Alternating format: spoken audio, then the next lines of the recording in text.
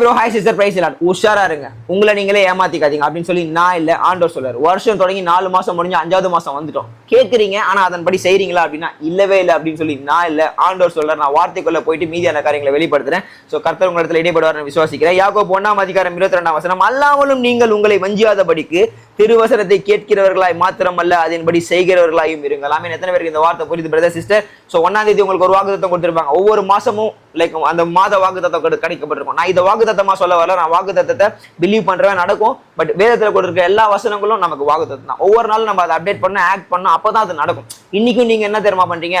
சின்னதா உதாரணத்துக்கு வார்த்தையை கேட்கிறோம், ஆனா அது மாதிரி நடக்கிறோம்னா இல்ல. பயப்படாத ஆண்டவர்ல 365 வாடி சொல்லியிருக்காராம். ஒரு நாளைக்கு ஒரு வாடி சொல்லியிருக்காருன்னு வச்சுக்கோங்களேன். இல்ல எதனா ஒரு சின்ன விஷயம் வந்தா, ஒரு சின்ன ஃபீவர் வந்தா, ஐயோ எனக்கு எதனா ஆயிடுமோ அப்படின்ற ஒரு பயம். ஆனா ஆண்டவர் இப்போ உன்னை சொல்றாரு, உன்னை மேன்மைப்படுத்து, உன்னை பலப்படுத்து, உன்னை பெருமைப்படுத்து, உன்னை கொண்டு பெரிய பெரிய காரியங்களை செய்வேன்னு அவர் சொல்லியிருக்காரு வார்த்தையில. ஆனா என்னாலாம் இது முடியுமாங்க, நான்லாம் இதுக்கு தகுதியாங்க அப்படின்னு சொல்லி ஒரு எண்ணங்கள். இன்னைக்கு கர்த்தர் உங்களை எதுக்காக அழைச்சிருக்காரு, எப்படி உயர்த்த போறாரு, எல்லா காரியங்களையும் இதுல சொல்லியிருக்காரு. ஓகே, திருவசனத்தை கேட்கறீங்க, அந்த டைம்ல அப்படியே புஷ்ன்னு ஆவறீங்க, அதுக்கப்புறம் கொங்கின்னு ஆயிடுறீங்க. ஸோ ப்ளீஸ் ஆண்டவர் சொல்றாரு, வார்த்தையை கேட்கிறவர்களாய் மாத்திரம் இல்லாமல் அதன்படி செய்கிறவர்களாயும் இருங்கள். ஓகே, உங்களை நீங்களே வஞ்சிக்காதீங்க, உங்களை நீங்களே ஏமாத்திக்காதீங்கன்னு சொல்லி இந்த மாசம் சொல்றாரு. இது வரைக்கும் நீங்க உங்களை ஏமாத்திருந்தீங்கன்னா take action for this May month, உழைப்பாளர் தினத்தை முன்னிட்டு.